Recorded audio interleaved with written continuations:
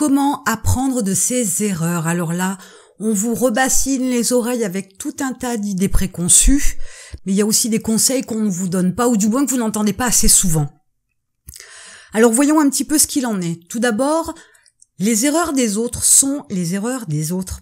Si par exemple vous avez décidé de vous lancer dans une activité en ligne et que vous lisez au hasard de vos recherches sur Internet qu'il y a 90% des personnes qui se lancent dans cette activité-là qui échouent, n'oubliez pas quand même qu'il y a aussi 10% qui réussissent. Qu'est-ce qui vous dit que vous ferez partie des 90%? Qu'est-ce qui vous dit que vous êtes forcément voué à l'échec? Et pourquoi vous vous arrêteriez à ces chiffres-là, sachant que si vous avez peur, effectivement, ça va alimenter votre peur, mais pour autant, créer quelque chose, devenir entrepreneur, c'est aussi une prise de risque.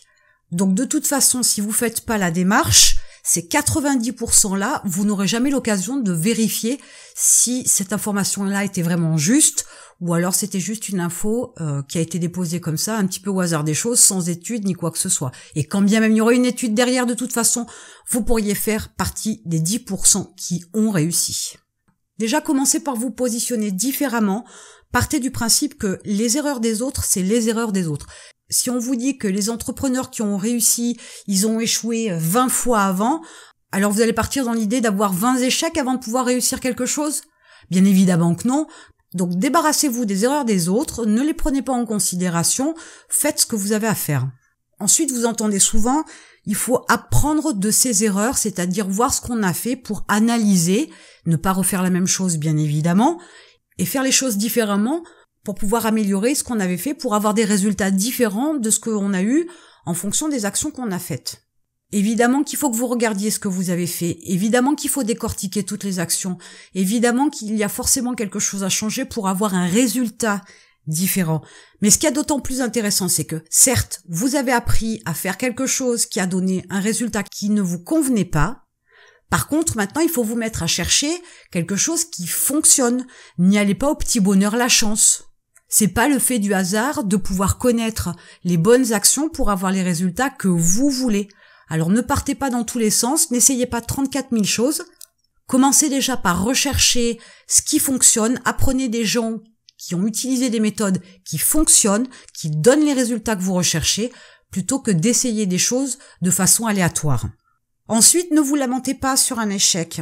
Ne perdez pas de temps à ressasser sur quelque chose que vous avez fait et qui n'a pas donné le résultat que vous vouliez. Ce n'est pas gravissime en soi, ce n'est pas mortel.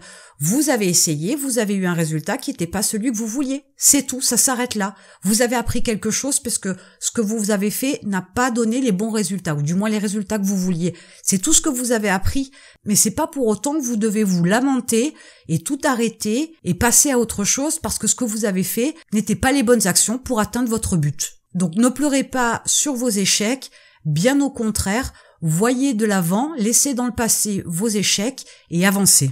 Et enfin, une fois que vous avez réussi, parce que quelque part la réussite, elle dépend aussi des tests, elle dépend aussi des échecs que vous avez eus, une fois que vous avez réussi quelque chose, vous savez donc ce qui marche, ce qui fonctionne, ce qui vous donne des résultats que vous attendiez, ce qui va dans le bon sens pour vous pour atteindre vos objectifs.